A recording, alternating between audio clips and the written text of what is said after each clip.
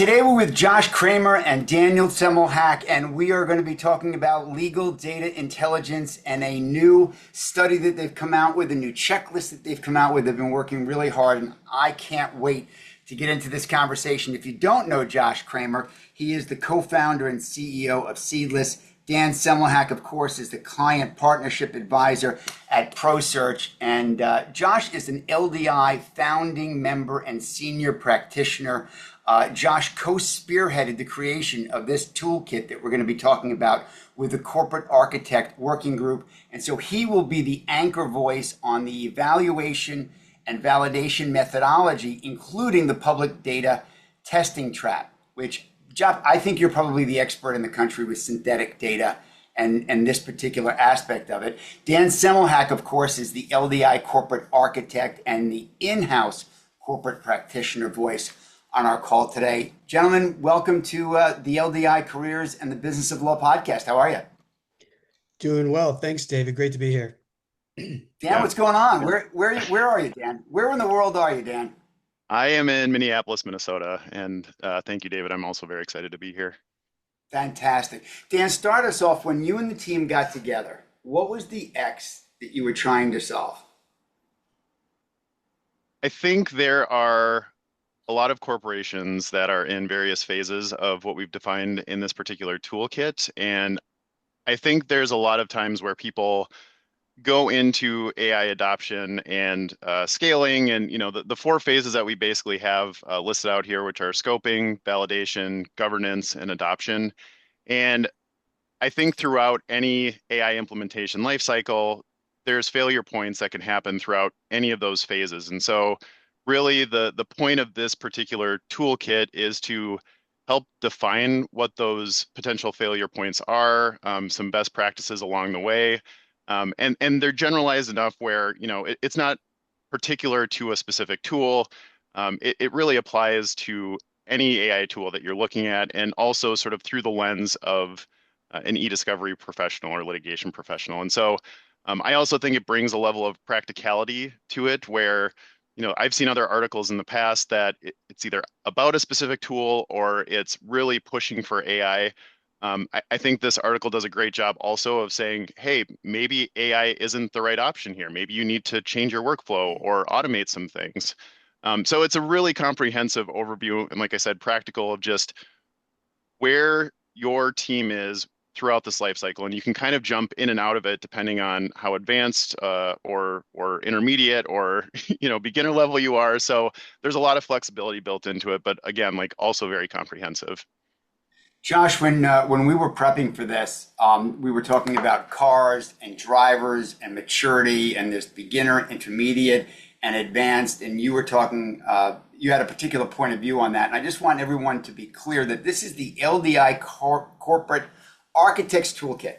This is the Corporate Architects Toolkit Pathways to Corporate AI Adoption. So this is a practical framework from legal data intelligence.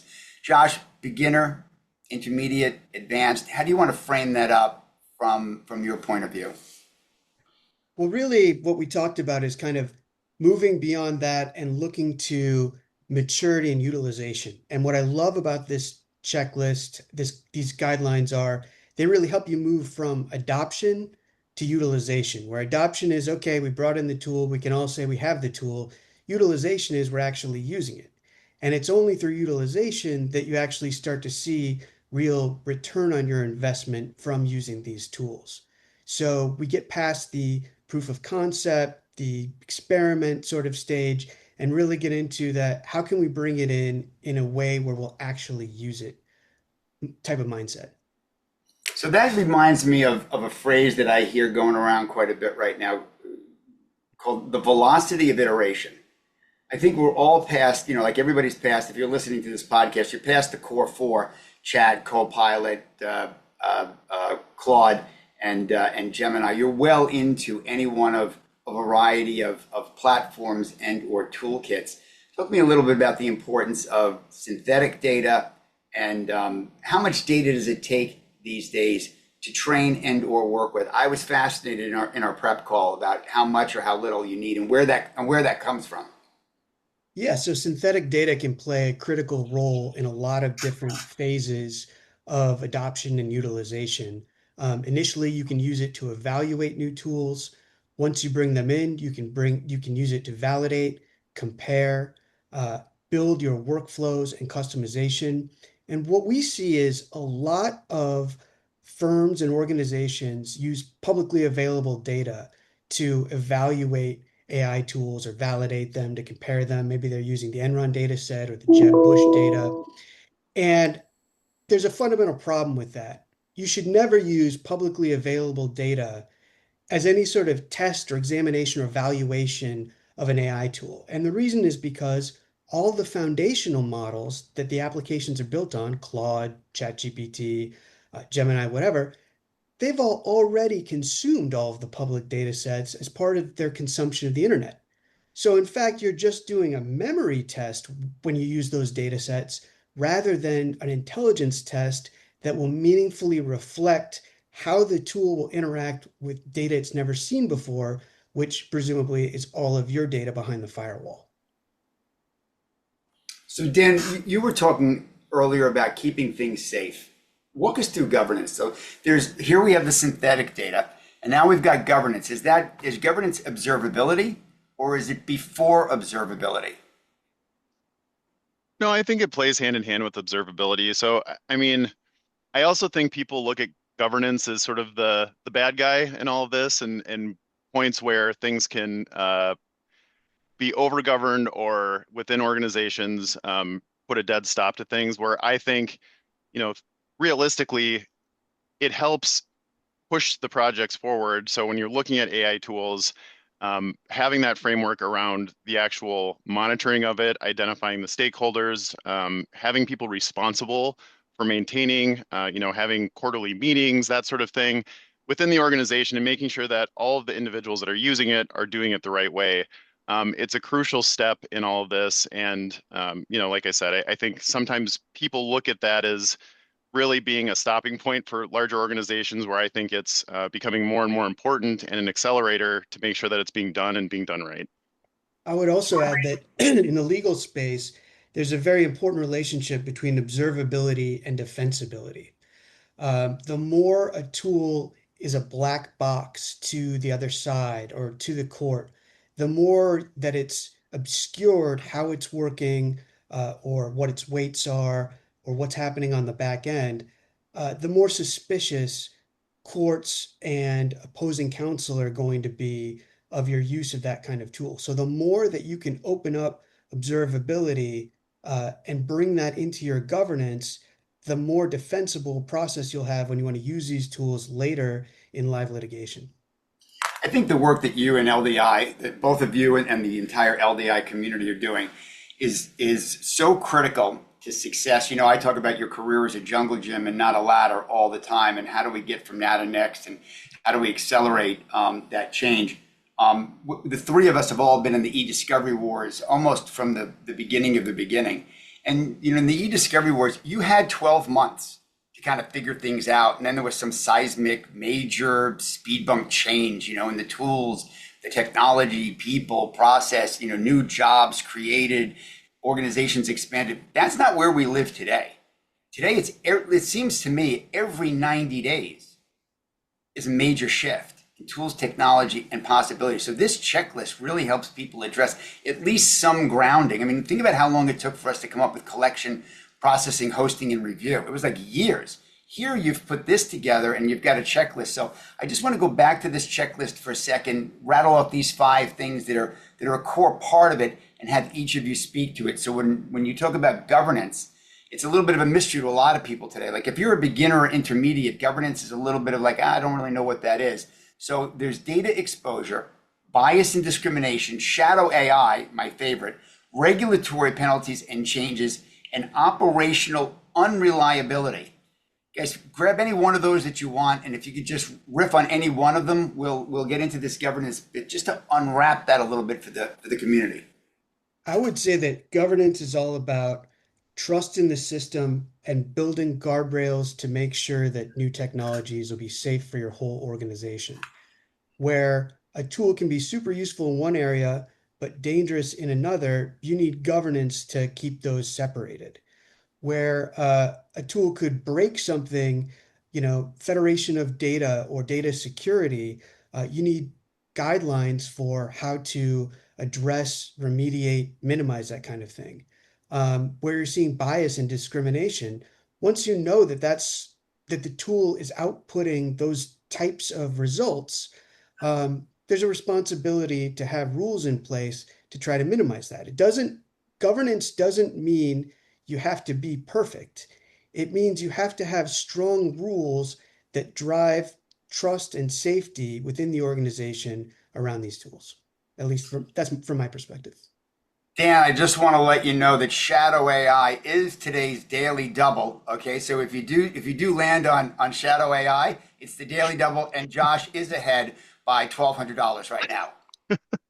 That is significant. Yeah, I mean, I, I've seen this within organizations where, you have particular departments that they find a fancy AI tool, and even people within organizations with governance will go out to these tools and like, well, hey, this helps me do my job better, so why wouldn't I use this? But, going back to Josh's points, who knows where that data is going? If you're using highly sensitive client data, there's a lot of individuals in an organization that have the capability to go rogue now. And so putting frameworks around and policies around that, having people acknowledge that, there's the potential for that, but agreeing to not do that is just as important as the framework that you have for the tools that you are embracing.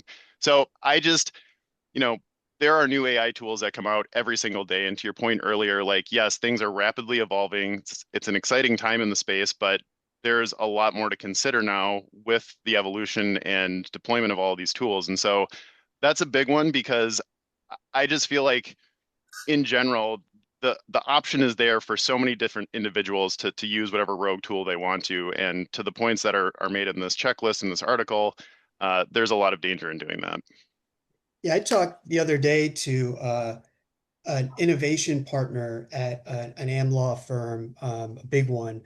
And what she told me is that one of the things she struggles with, and this is classic sort of shadow AI, shadow IT, is associates and partners vibe coding their own applications. And then they'll bring them to her and say, look at this great application that I built. This should be available in the whole firm. And she starts to pick it apart and then learns that the person's actually been using it for the last 6 weeks on Live Matters. That's shadow IT. That's shadow AI. And that's what we want good governance to prevent or to at least surface much more quickly. Josh Kreamer reclaims the lead with another 1,200 points. He's up to 2,400. Dan coming quickly from behind with a live case of governance. Come on, give us the highlight reel, Dan. You are behind by 2,400 points now. I don't know if I can top Josh in this area. I mean, he is kind of the leading expert here, but I will say I also think another important one is just the operational unreliability aspect. With discovery and a lot of the AI tools that discovery professionals would be using, scale is always sort of utmost importance, right? Like you may use a particular tool and on a small set, it's great. It gives you great results. It's reliable, all of those things can be true, but as soon as you scale that, all of a sudden there are things that can go wrong. It can break, it can time out. And so I just think like when you're in that governance phase, like keeping that in mind is as crucial as any other piece of this. So there's a nice comeback, Dan. Here, I'm going to give you the first. You've got the buzzer now. All right. You called this the path. That this is titled "Pathways to Corporate AI Adoption."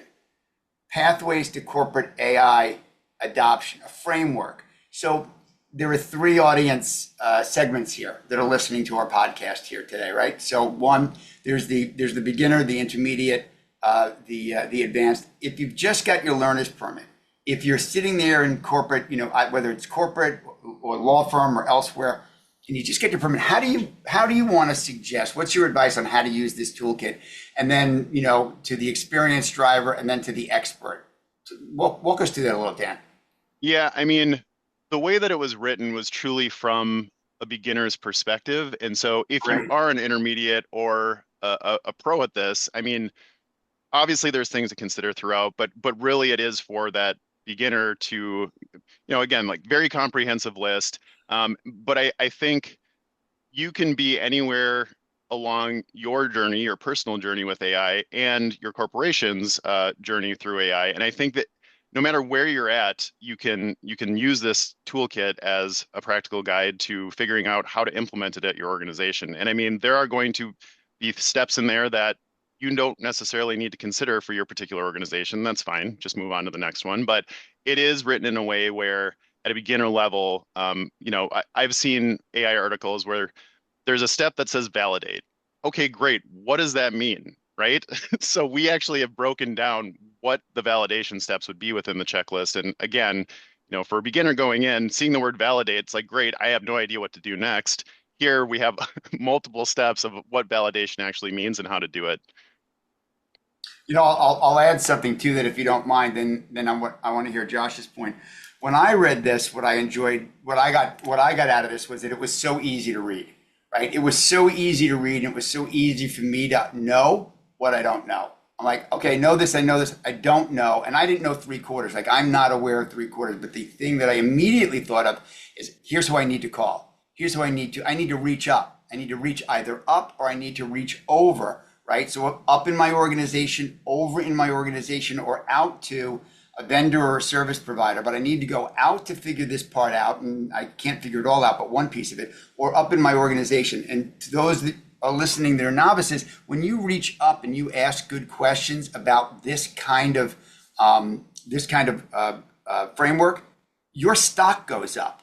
If you were to reach up to Josh and say, hey, Josh, I just read this article and I saw this checklist and I was wondering, what do you think about this? Your stock's going to go up with whoever's in your organization, and they're going to say, that's grit, that's curiosity. This is the kind of person on my team. This is how your career moves forward. And I think this is so much a part of what LDI is really all about, is helping people in their careers get from now to next with less stress and anxiety. Yeah, absolutely. I mean, I think stakeholder identification is an extremely crucial part to all of this. And I would also just say that these are the people that you're identifying that are either going to help you test, deploy, that are going to make this a valid thing within your organization, whatever stage that they're in, but it gives it some credibility. But yes, they need to be involved at the onset because I've seen AI adoption fail at stages where stakeholders haven't been identified. They get pulled in at the third phase, and all of a sudden they're going, hey, what did you guys do? Where are we at? There's a lot of questions that come up. So making sure you identify those people on the onset and then have them follow the process along with all of the other stakeholders is very, very important throughout this. I would Josh, also add, go ahead, Josh. I would also add that what's unique about this guide is that it's really action oriented. And that links back to the point you made, David, about increasing your personal stock. If you go to your stakeholders, go to your boss, go to whoever's in charge of a project to bring in AI, and you have action steps in mind and you're action oriented, they're going to see you as an executor and as somebody who gets things done. And so this is really about how do we get down to it and get the job done of driving adoption and utilization. It's not just another thought piece. Yeah, the other thing that you can do, like let's go back to how we use this, right? Because I think this is so good. Here's an idea of how to use it. You can edit it, you can amend it, you can share it. So if you're an advanced, or senior expert, like if you're the expert in your organization, you can grab this and go like, take what you want and leave the rest. You're like, aha. If there's only one idea that you get out of this, you can borrow a piece of this. That's what it's there for. It's there to be shared with the community. This is not copyrighted material. This is material to be shared and expanded so we all learn from one another and shrink the learning curve. So, ingest it, drop it into chat, drop it into Claude, compare and contrast it to what you already have, amend or augment what you already have. Josh, any thoughts along those lines, how to deconstruct it and use it? Yeah, take what's helpful and leave the rest. We're all about contributing to the community in LDI, and there will probably be some parts that you know very well because of what you do in your day to day, Other parts, particularly parts around like evaluation and validation, I think have some unique contours that are worth exploring a little bit further. When you and I first talked about synthetic data, I don't know, maybe it was 12 or 18 months ago, I'd never heard that term before. And now I'm hearing it again and again and again. In the broader, larger community, I'm hearing synthetic data and synthetic in a lot of different ways. Do you want to just give us a quick 30-second primer on synthetic data, where it is, where it comes from, and how people are using it? Sure, there's lots of forms of synthetic data. In this context, probably the most important one is synthetic unstructured data. And it's essentially highly realistic data, often created by simulation. It's not real data from real people's experience, but rather draws on a series of models and knowledge to create data artifacts like Word documents, emails, chats. And collectively, these artifacts tell a story of litigation the same way any corpus of data would. What's great about it is that one, it's created in a controlled environment so you can validate against it. You actually know ahead of time what's responsive or what falls into what particular issue. And second, it's specifically fit for purpose and it's designed to be used for a particular use case like evaluation and validation. And then finally, the fact that none of the foundational models have ever seen it before. So it becomes it can be used as a fresh test and also as material once you bring in and do adopt a tool to customize it, to build out your individual workflows, and even to train people on it. Where at a lot of, for example, law firms, there's conflicts of interest that prevent large group trainings on real client data. Synthetic data is designed to solve that. It gets all the benefits of real data without the privacy, security, and other drawbacks that would come with it. The group itself, last question before we get to Let's Dance.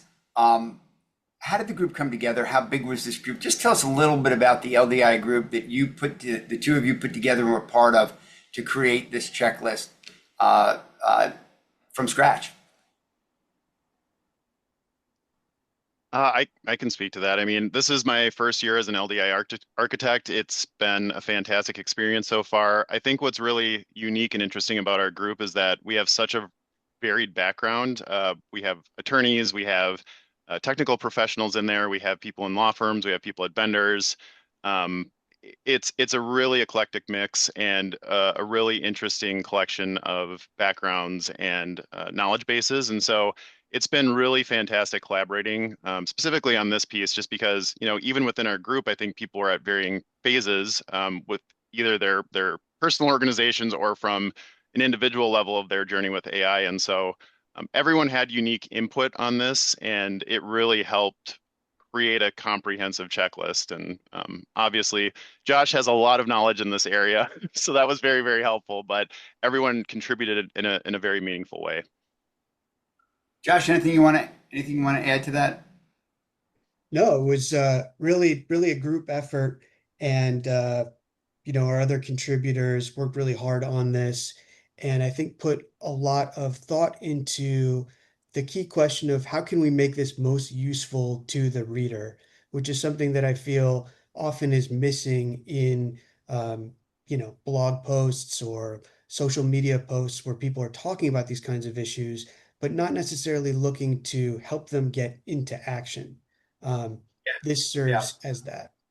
Yeah, into action is a great way for us to exit this. So, if you've listened to careers in the business of law before, it will come as no surprise to you to hear me say, whatever you're doing, get into action, and whether that's becoming more engaged and more involved in legal data intelligence, and the group and the architects group and or what they're doing, or it's solid or it's clock or legal week, or wherever you go that you can meet and work and collaborate with other peers and colleagues.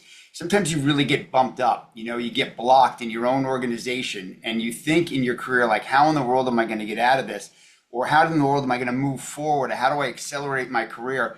It's through connections with other people. And so whether, again, legal data intelligence, clock, solid, legal week, any one of the local groups in and around, go meet other people and exchange ideas. That is the best way to, one, reduce anxiety, reduce any imposter syndrome that you may have because you meet your peers and colleagues. That's my advice for the day, because you know what we need to do, Dan? We need to figure it out. Do you want to tell us about figure it out a little bit? Yeah, absolutely. So I saw this band probably 10 years ago now, had heard a song on the radio. It was really catchy. I appreciated it at the time. Went and saw the Foo Fighters, and this band opened for them. And I realized at that moment, oh my gosh, this is a two-person band, and it blew my mind. And so I've been obsessed with this band ever since I saw them open for the Foo Fighters, and this is always on the playlist for my workouts. Live from LDI, it's Royal Blood with Figure It Out. Can hardly see what is my dreams. I was killing me, trying to figure it out. Nothing to do, I'm stuck on you. I'm still here trying to figure it out.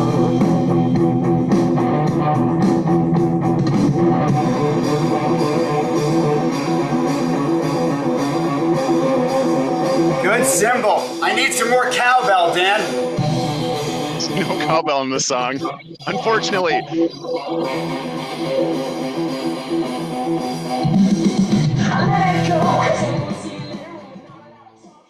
Dan Semelhack, Josh Kreamer, thank you so much for being my guest today on Careers in the Business of Law, the LDI edition. It's legaldataintelligence.org for more information. Gentlemen, I look forward to seeing you on the road. Thank you so much. Thank you. If you enjoyed this show, be sure to give us a like and subscribe on Apple Podcasts, Spotify, or anywhere else you get your shows. And if you want to take your career from now to next, never eat alone.